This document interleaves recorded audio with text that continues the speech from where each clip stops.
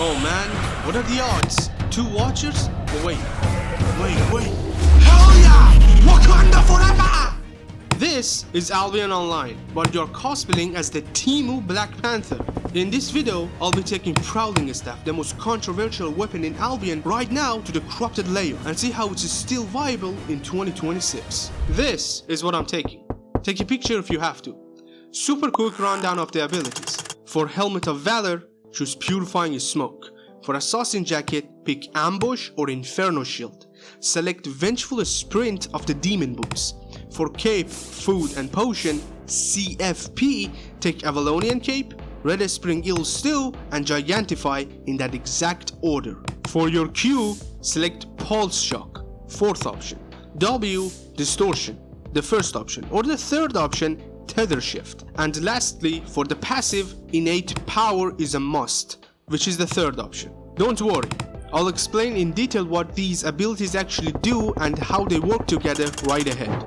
Alright, our first matchup is against the Warbow. Now in here, it's where you like to take Tether Shift instead of Distortion. And he has an Assassin Jacket. If he had a Mercenary Jacket, we would have gone Ambush. But since he has an Assassin Jacket, it is completely pointless to go Ambush, and Inferno Shield is way better. Now, what you want to do is you want to close the gap as soon as possible. And the reason that you go Innate Power is so that you have the ability that when you close the gap, when you did, you would be able to actually cast your abilities. And it is very essential to go Innate Power, because without that, you won't be able to deal any damage or cast any of your abilities when you transform, since they cost a lot. Now he hit us with his E.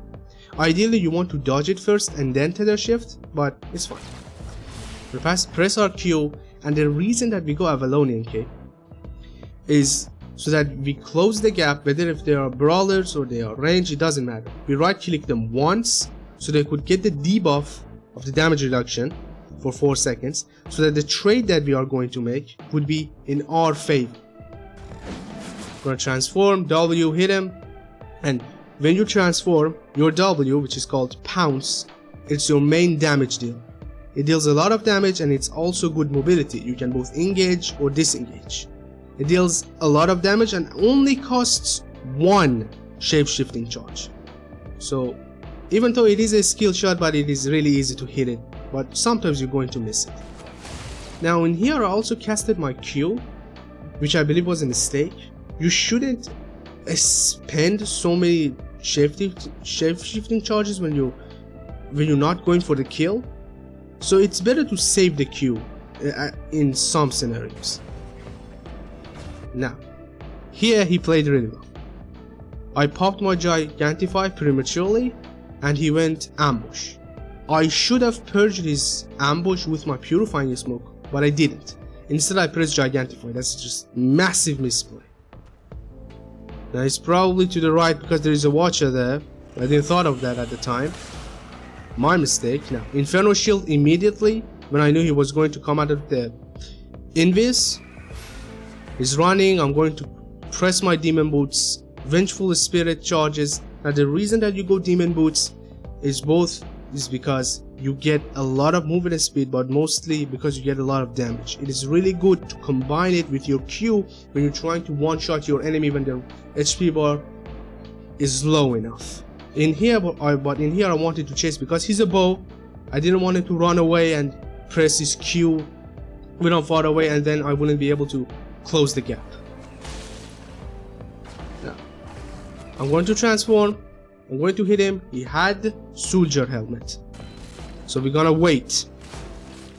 Press our Q, get the damage. Now, he didn't die.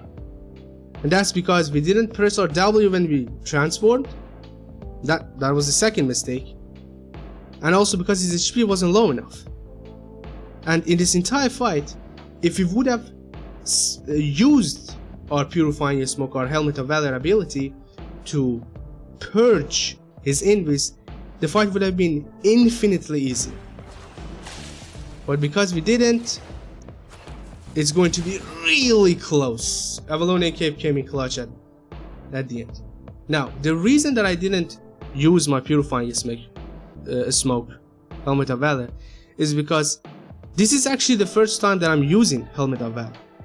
I haven't used this item like ever before. And in Albion, sometimes even when you are playing a similar build but only one of your key armor sets are different, suddenly you can't focus, you're disoriented. For example, if I was playing a Curse Staff, I am hyper aware.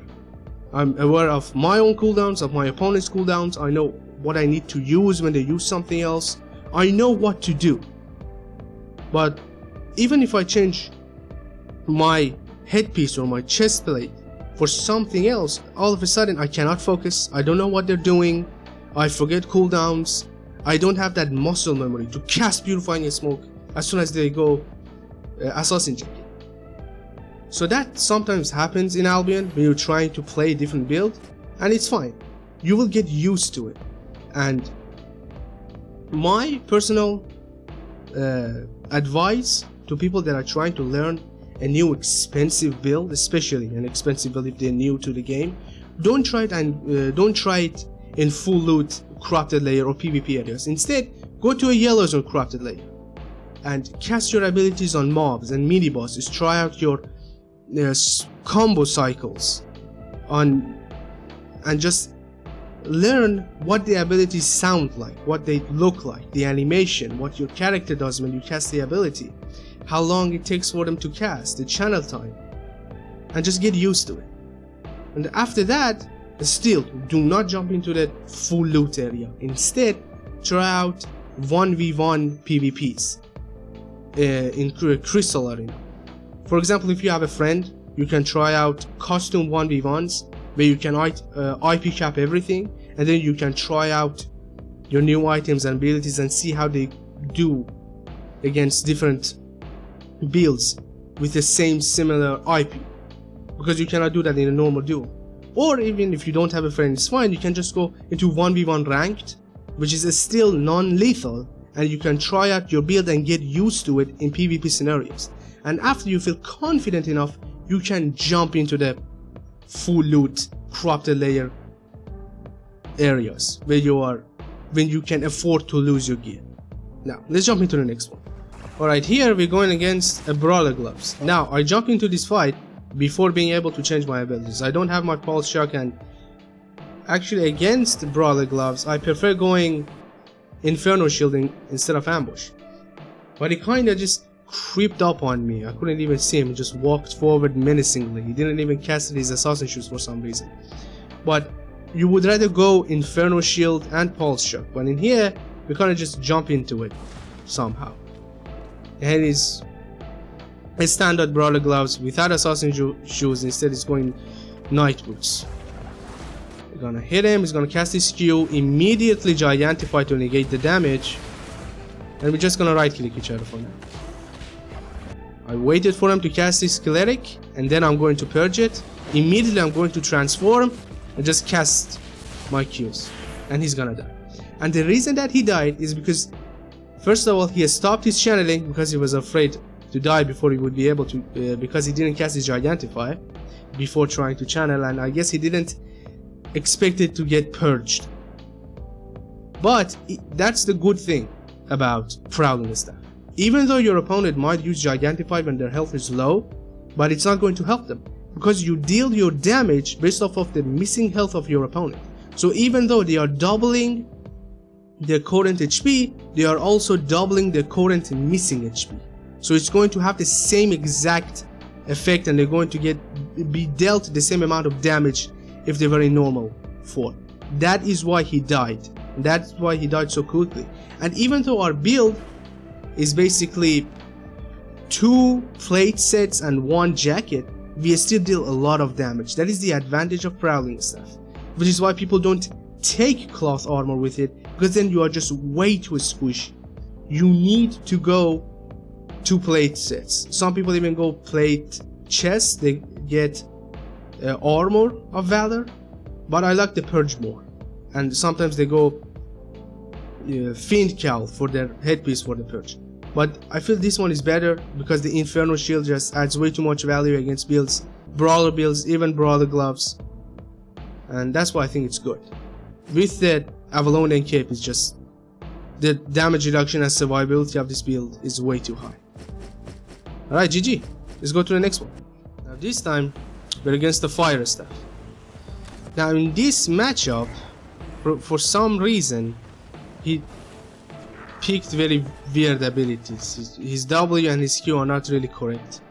But if you are playing against the Fire Staff and they immediately pressed E, Gigantify. That is the only out you have towards Gigantify. You have towards their E. Just pop Gigantify and you have to kind of kill them before they manage to get to their second E. Now this happens a lot. Since you transform and you do not have access to your chest piece abilities and your Helmet of Valor, you cannot purge them. They tend to keep their cleric robe, their soldier armor, or whatever they have after you transform. So what you learn with this build as you keep playing it is that sometimes it's better to save your shiftive charges and kind of just intimidate them and scare them off so they would pop their cleric robe, but you're not actually going to attack them. Just wait, or just transform into your Panther transformation and then just transform back, because the cooldown is very low. Since when you are picking Assassin Jacket, you are going to pick the last passive, which gives you cooldown rate, because I believe the cooldown rate is way better than the damage, and you are taking E-less too, which also gives you cooldown. So your E is like a 5-second cooldown only, so you can kind of bait them like that. Now he's not really playing really well and he's running away and he's gonna die. Now against Fire Staffs, when they use their W and they put it on Flame Wall, you kind of have to tank the Flame Wall with your Gigantify. And for your W, you can go Distortion, it's completely fine. You can even go with the one that pulls them back and rotates them. And your Q can be on Pulse Shock. You have to tank the Flame Wall with Gigantify and their E at the same time. And it's better to go Inferno Shield rather than Ambush, because you cannot dodge their E with Ambush. Is going to hit you anyway, but you can tank it with Inferno Shield. Now if they decide to go to towards the W, that makes them levitate and then just fire 3 fireballs at you and deal a ton of damage, you want to go Ambush, because that is the only way that you can dodge it. Or you can go Polymorph for your W and try to stop them mid-cast, but Ambush is way better because you can negate the entire damage. When you go Polymorph, they will still hit you and you do not have the damage output of Distortion. So I believe Ambush is better. That is how you play against Fire Staffs. This time we're against the Whispering Bow. Now they have their whole combo. They want to get close to you, you're gonna press their E and their W, and this one is actually going explosive shots, and then pop their Helion Hood, go Invis, and then just right click on you. Now, against this build, if you have a Hunter Hood, they're just gonna die. So we are going to do the best we can with Inferno Shield. As long as we can choose our Inferno Shield and pop it when they are attacking us, they are going to deal more damage to themselves than they are dealing to us. It's going to absolutely obliterate them. And he also has a Mercenary Jacket, which we can purge with our Helmet of Valor. So this should be an easy matchup. He's gonna do that, he's gonna go. I know exactly where he is, he's hitting me. And look, our HP, and now I pop Gigantify, that's why my HP is so huge. But if you have it, we have the same amount of HP. He didn't do anything by trying to do his combo. Even if he would have popped his Gigantify when he was attacking us, it would have still dealt a lot of damage to him. So it's fine. Now the only thing we need to worry about is to purge his Mercenary Jacket, and then we are going to just auto win this. In fact, if I just transform and attack him, he will die. Now he popped Gigantify and Mercenary, and I transformed. That's a mistake, because as I said, I should have purged his Mercenary Jacket, but it is because I'm not used to Helmet of Valor. But even when that happens, very late purge, but still, it's not even close. We are going to pop our boot with going to give us a ton of bonus damage. 5 Vengeful charges. It's not even, it's just gonna die. We didn't even have to press our Q repeatedly to get the bonus true damage that we wanted. That is why we go Demon Boots. It's just way too good. It gives you the damage that you are lacking in a lot of fights and the mobility to chase after them without trying to run away. Any other, and it has to be a plate boot. It's just the perfect boots for this build. It gives you everything that you need. So get used, because I'm not used to the helmet of Valor, don't know exactly when to use it. I'm not used to the fact that when I transfer I cannot use my headpiece. But if I would have used my helmet of Valor when he used his mercenary jacket, this fight wouldn't have even be close. And that's the advantage of Prowling Staff. Way too much damage and way too much tankiness. He's against a spear. Now he's gonna make a mistake and run into the fireball and take a lot of damage. But against Brawlers in general, you want to go Inferno Shield. Whether they are axes, swords, or spears, Inferno Shield is way too good. And if they also have a leather jacket, they also try to go Inferno Shield. But you can purge it. And we're gonna pounce, he's gonna miss his W, he's gonna Q us, Inferno Shield, purge it, cast Inferno Shield of our own, and all of a sudden, it's not even close. He's gonna try to run away because I missed my W. Again, it's not that hard, it's not that easy to miss. You really have to try really hard to miss it, but it's fine. He cannot run away. You have way too much mobility, he's just gonna die. If you are fighting against a Battleaxe, it's going to be a little bit harder, especially if they know what they're doing, because the fact that they can regen with their E, and even especially if they have a mercenary jacket, it's going to be really difficult for you to kind of engage and disengage, because their E has a lot of range and they also deal a ton of damage to you, especially when you are transformed, which is usually they're going to keep it when you are transformed. So you need to really be careful about that. And against swords, they have a ton of attacks. Against dual sword, yeah, you can purge it, but then if they have mercenary jacket, they will use it.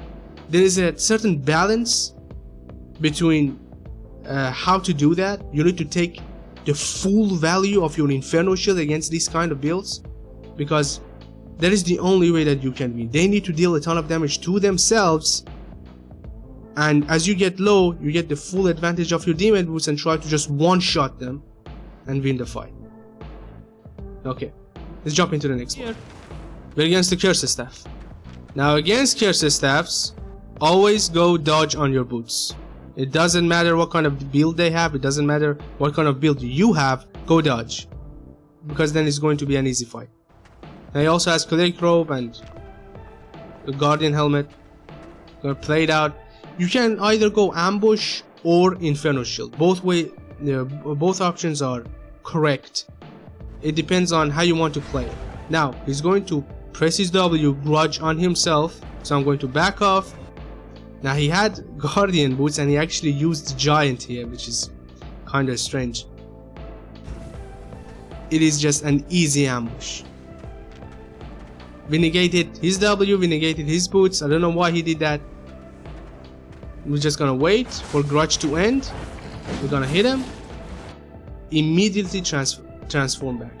When you transform into your, when you press your E and you transform and then you pounce on them, there is no need to press any more Qs. There is no need to right click. And also your right clicks when you are transformed has a passive that stacks bleeding charges on your enemy and actually reduces healing. That doesn't come up that often. But the reason that you transform back immediately is because you are really squishy when you are in your transform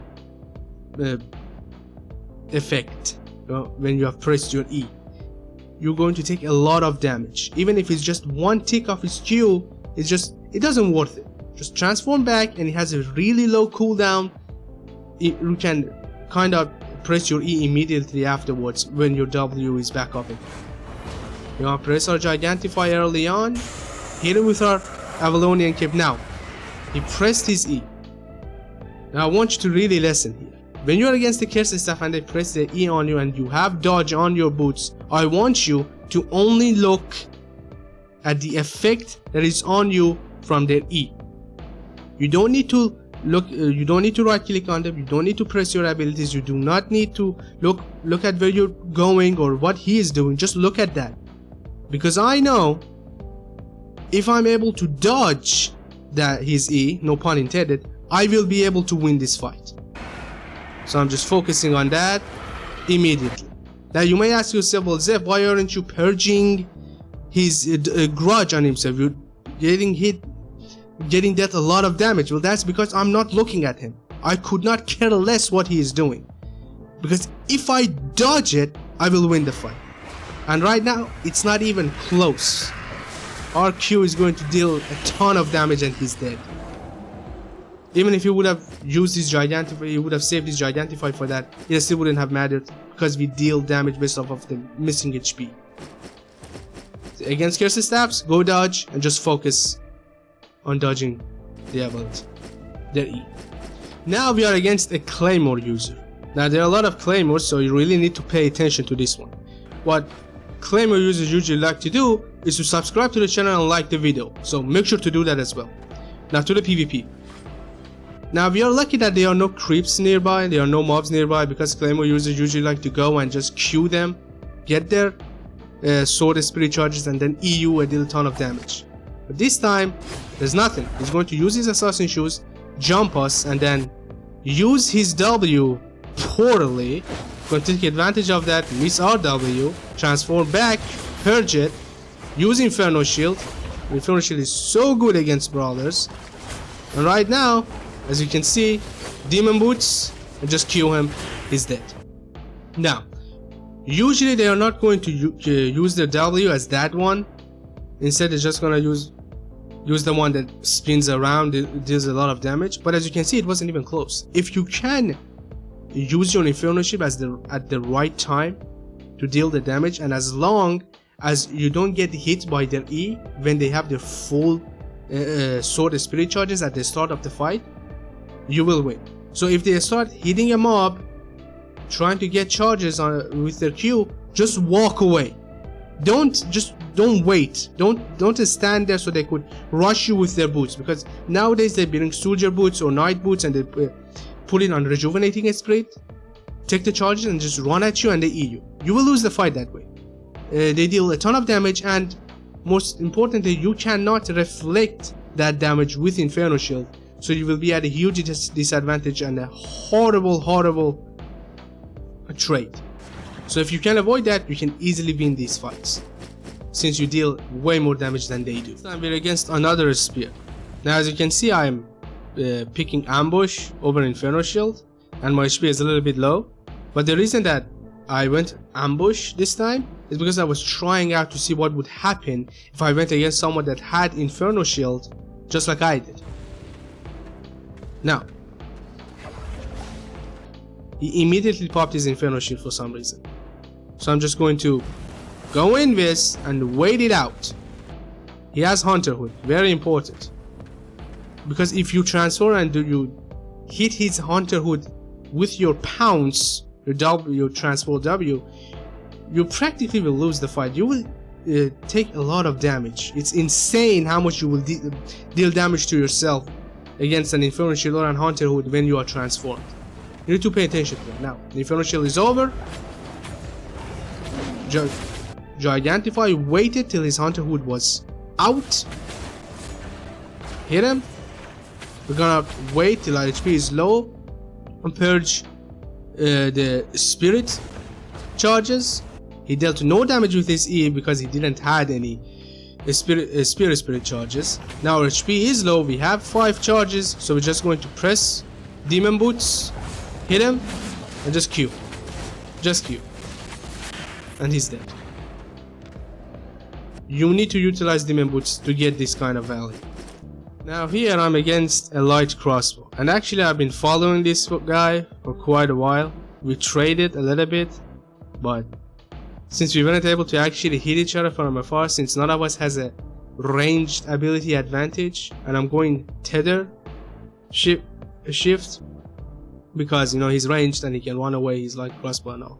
So he ran away and hit one of the obelisks. So I'm just slowly walking towards him, and all of a sudden I see that his HP is really low, like half HP. And I'm like, why? Why did you do that to yourself? And he has Shoes of Tenacity, so he goes invis for a second. And then I just see him, he's standing over there. I don't know why he did that.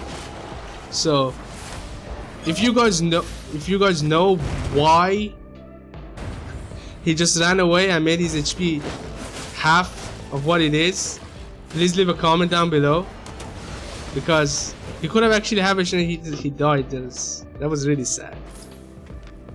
I have no idea why he did that. And he had Crypt Candle too. Bro was so squishy. God damn it. And against the Pole Hammer guy. Now against Pole Hammers you don't really have a good out. Against people builds with Hellfire Potion, you don't really have a good out. Except Gigantify and Inferno Shield. So you need to kind of predict that they're going to hit you with your stun, with their stun. So over here I'm kind of keeping my distance, eyeing him up, and he cast his E. So off, he was so off. But I still parked my Gigantify because I was so afraid. And then he starts to run away, he hits a wall and then starts running. And then he DCs. It's just... So this is not a strategy, this is what you look like when you are disconnected. This is how sad it is. You just die. I want to say it's funny, but it happens to me a lot. If you enjoyed it, don't forget to like and don't forget to subscribe. Also tell me in the comment section what you think about this type of content. That's it. See you next week. Peace out.